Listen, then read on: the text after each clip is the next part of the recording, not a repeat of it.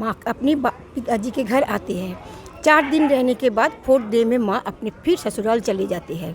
तो वो जो 4 दिन चले जाते हैं, उसमें इतना 3 दिन हम लोग इतना खुशी मनाते हैं। जो चौथा दिन है जब माँ चले जाते हैं तो सब माँ के आँख में भी आंसू, हम लोग जो इतना खुशी मनाए हम लोग के आँख में भी आंसू आ जाता है। माँ को विदा करने का मन करता नहीं है, लेकिन रीति ऐसा है जो आपको उनको हंसी खुशी विदा करो। इसी खुशी में हम लोग सब कोई सिंदूर खेलते हैं, मिठाई बांटते हैं, मिठाई खाते हैं कि ताकि माँ भी खुशी खुशी जाए, अगले साल फिर इसी खुशी से वापस आए हम लोग के पास में। यही है इस चीज़ का रीति। सही में आप लोग सिंदूर खेला। हाँ, इसलिए तो सिंदूर खेल रहे हैं ना कि माँ भी खुशी खुशी, माँ को सिंदूर पहनाने के बाद ही हम लोग सिंदूर खेलते हैं। बिटिया का विदाई होता है तो हम लोग खुशी खुशी भेजते हैं, जाओ अपने घर में अच्छे से रहना, फिर आना अगली बार। आंसू रहता है। हाँ, तो इसीलिए बोलिए खुशी का आंसू है कि ताकि इंतजार करते रहते हैं 1 साल के बाद फिर माँ आएगी।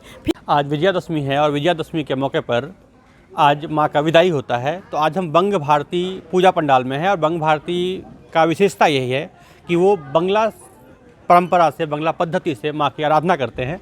तो आइए कुछ लोगों से हम बातचीत करते हैं। और लिए 4 दिन के लिए आते हैं और आज लास्ट डे है। जब विसर्जन होता है ना तो हम लोग को बहुत ही मतलब ऐसा लगता है कि चले जा रहे हैं, कोई घर से आए हैं, 4 दिन थे हम लोग के साथ, फिर चले जा रहे हैं, बहुत ही ख़राब लगता है। बस बहुत बढ़िया आयोजन करते हैं हम लोग, उत्सव का माहौल रहता है एकदम एवरीडे भोग चढ़ता है उनका। साल भर से इंतज़ार करते हैं ये 10 दिन के लिए कि माँ आएंगे। जिसका माँ नहीं, माँ आते हैं, सबके माँ है। माँ ने बिटिया आती हैं। हाँ, बिटिया आती है मेरे घर, हम लोग का सबका घर हुआ है, माँ आती है। माँ ही बोलते हैं ना बिटिया को। हाँ। तो बेटी जब ससुराल जाती है तो सब माँ के आँख में आंसू आ जाता है। सुहागिन है, वो लोग सिंदूर खेलती है। अच्छा।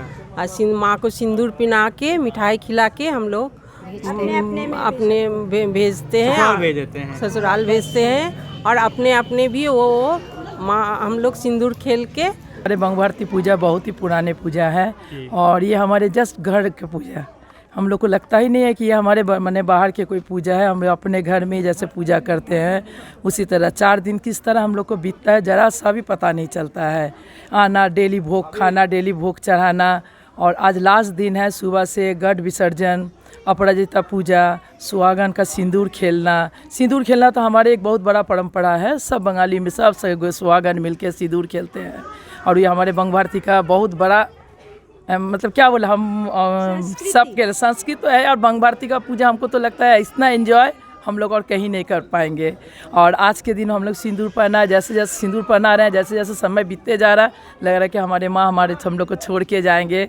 दुख तो लग ही रहा है, फिर भी चलिए हम लोग विसर्जन के लिए जाएंगे। यहाँ से एकदम सूर्य मंदिर तक जाएंगे, माँ को विदा करेंगे और यही बोलेंगे कि आस्ते बछर आबार हवे। यही है, अगले बार फिर आना होगा माँ, अगला साल फिर आएंगे।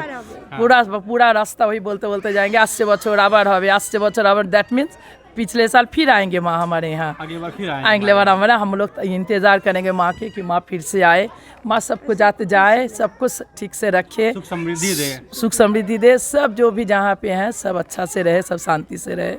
दशमी में जब विदाई लेती हैं तो जैसे एक बेटी जैसे विदाई लेती है तो कैसे सबका रुआंसा हो जाता है, आँख में आंसू। और बेटी जब विदाई लेती है तो सिंदूर दिया जाता है, उसको आंचल भर के दिया जाता है, आंचल भर के दिया जाता है, आलता चढ़ाया जाता है, शाखा मिठाई खिलाया जाता है। तो आप जब